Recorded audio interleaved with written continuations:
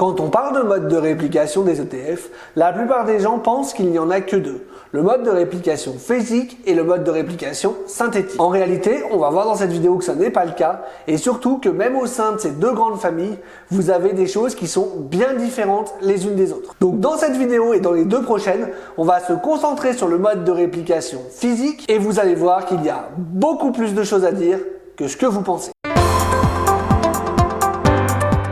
Donc déjà dans un premier temps, on va définir ce qu'est la réplication physique. Donc c'est par opposition à la réplication synthétique, on va voir que la réplication physique détient réellement les titres de l'indice que l'ETF essaye de répliquer. Donc il n'y a pas de swap, pas de promesse de performance d'une banque externe, rien de tout ça. En revanche, cela ne dit rien sur le nombre de titres que l'ETF détient réellement. Et c'est ce qu'on va voir maintenant. En effet, un ETF à réplication physique n'achète pas forcément tous les titres de l'indice qu'il est censé répliquer. Pourquoi? Parce que certains indices contiennent littéralement des milliers de titres et que détenir l'ensemble de ce millier de titres peut s'avérer très coûteux pour l'émetteur pour un bénéfice qui est minime. Autrement dit, acheter tout le temps à la pondération exacte coûterait souvent plus cher que le gain de précision qui est apporté. On va voir maintenant les trois grandes façons de faire de la réplication physique. Donc en numéro 1, c'est celle que vous connaissez tous et c'est la réplication physique complète. L'ETF achète l'ensemble des titres de l'indice à leur pondération exacte. Donc c'est le cas sur les indices les plus simples, les plus courants et les plus liquides, comme par exemple le S&P 500 ou même l'Eurostoxx 600. La deuxième façon de faire, c'est l'échantillonnage optimisé. Comme son nom l'indique, l'ETF va uniquement acheter un échantillon représentatif des titres de l'indice. En effet, tous les titres n'ont pas le même impact dans un indice. Certains expliquent l'essentiel de la performance, alors que d'autres apportent très peu et coûtent très cher si on devait les acquérir à leur pondération exacte. Par exemple, dans le S&P 500, on se doute bien que Nvidia, qui est la valeur numéro 1 de l'indice, a beaucoup plus d'impact dans ce dernier que la valeur qui est numéro 500 et qui représente peut-être 0, quelque chose pourcentage de l'indice. Donc dans un cas comme celui-ci, l'objectif de l'émetteur, il est de minimiser la tracking error, donc l'erreur de suivi de son indice, et également les coûts. Donc l'émetteur, il va demander à un modèle de lui construire un portefeuille avec X nombre de titres, ou alors avec un coût maximal acceptable, tout en suivant l'indice de manière la plus précise possible et avec des contraintes définies par l'émetteur. Donc les contraintes, elles peuvent être géographiques, donc par exemple par pays, les États-Unis, la France ou même l'Europe de manière générale, par secteur, donc la tech, la finance, l'industrie, etc. Par taille, par style ou par facteur également en fonction des ETF. Les contraintes, elles peuvent être également de liquidité, c'est-à-dire que l'émetteur, il peut demander à ce qu'il y ait très peu de titres qui soient peu ou pas liquide. Elle peut être également par coût de transaction, puisqu'il y a des titres qui coûtent plus cher que d'autres à acquérir en fonction des marchés. Et enfin, l'émetteur, il peut également fixer une limite de concentration. Par exemple, il peut dire que la première ligne de l'ETF ne peut pas dépasser X% du montant total de l'ETF. Une fois que ça c'est fait, c'est le modèle qui va définir la composition la plus optimale. Et enfin, la troisième façon de faire, c'est l'échantillonnage stratifié. Donc là, dans un premier temps, en fait, l'émetteur, il va construire ce qu'on appelle une grille de strates, où en fait, il va s'imposer des contraintes qui sont très précises. Donc, encore une fois, les contraintes, c'est un petit peu les mêmes qu'avant, c'est-à-dire qu'elles peuvent être géographiques, elles peuvent être également sectorielles, et elles peuvent être également de taille d'action, donc large cap, mid cap ou small cap. Une fois que ça c'est fait, il va se retrouver avec des cases. Donc par exemple large cap américaine, mid cap européenne, voilà ce genre de choses. Ensuite, il va s'imposer des quotas à respecter par nombre de cases. Donc par exemple, il peut se dire que la tech US, ça ne doit pas dépasser 15%.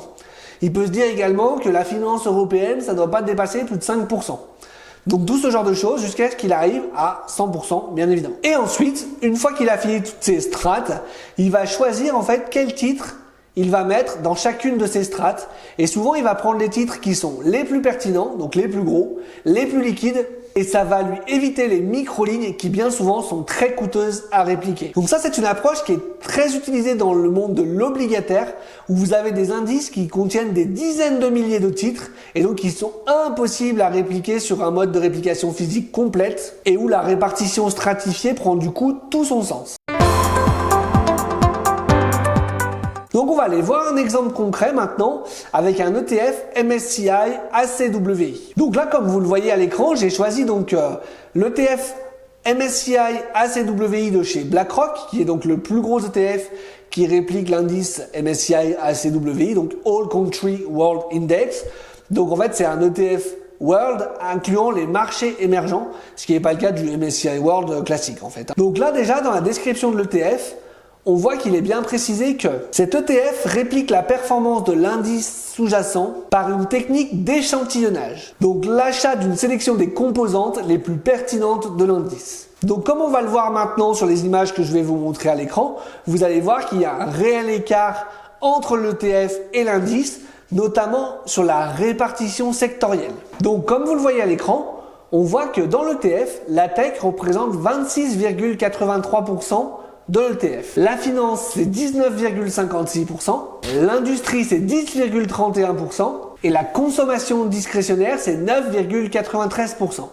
On va maintenant aller voir la répartition sectorielle de l'indice en question. Donc comme vous le voyez à l'écran, ici la tech c'est 27,22% de l'indice. La finance c'est 17,63%, l'industrie c'est 10,63% et la consommation discrétionnaire c'est 10,21%.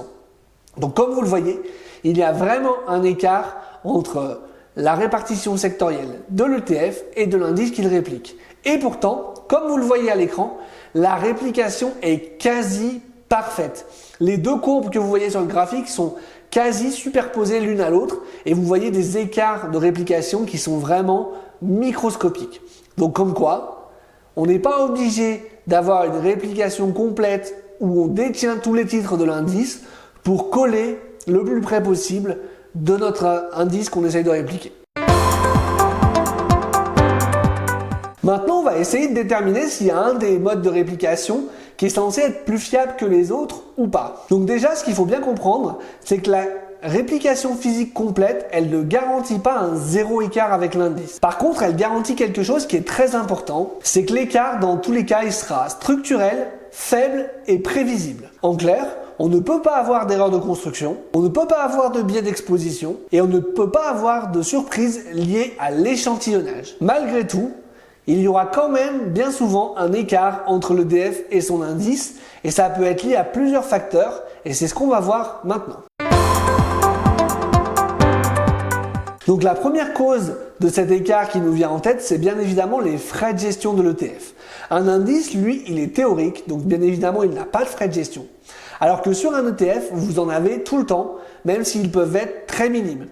Et forcément, quand on vient prendre des frais sur la performance de l'ETF, ça va mécaniquement creuser un écart avec la performance de l'indice. Mais vous allez voir que ce n'est pas la seule chose qui peut causer cet écart.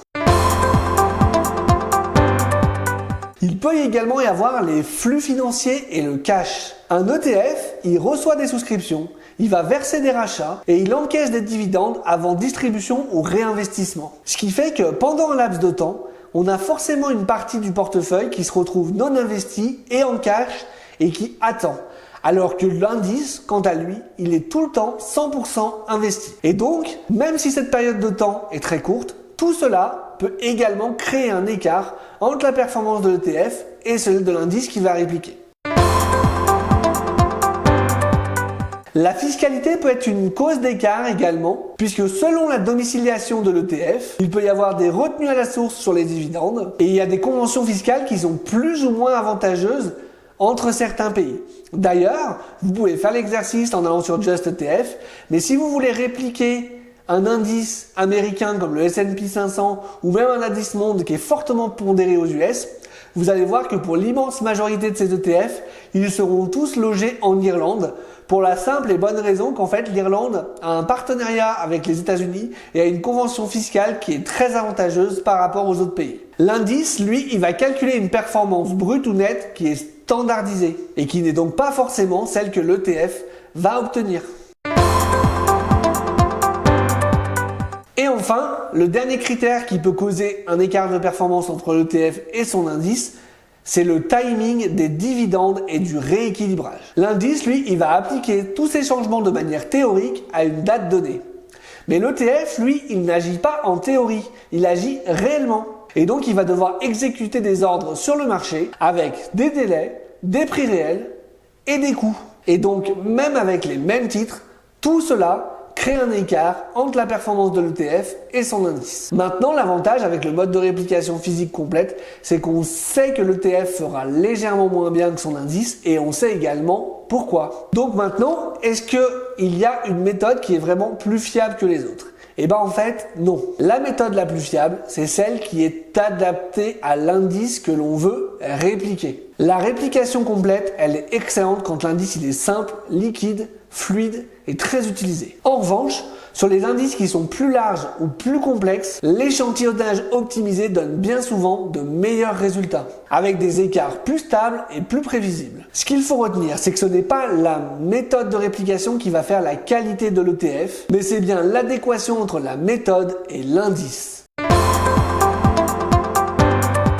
Ce qu'il faut bien comprendre également, c'est que la réplication physique, elle ne dit rien sur le risque de contrepartie, notamment sur les prêts de titres dont on parlera dans une prochaine vidéo. Elle ne garantit pas la performance exacte de l'indice, elle ne garantit rien sur le risque de contrepartie résiduelle et elle ne garantit surtout pas zéro écart avec l'indice qu'elle tente de répliquer. Maintenant, si vous voulez comprendre comment un ETF gère ses flux, la liquidité et les écarts de prix, il va falloir qu'on parle des participants autorisés et ce sera le sujet de la prochaine vidéo. Donc je vous invite vraiment à vous abonner et à activer la petite cloche si vous voulez être sûr de ne rien manquer. Et moi je vous dis allez ciao, à la prochaine.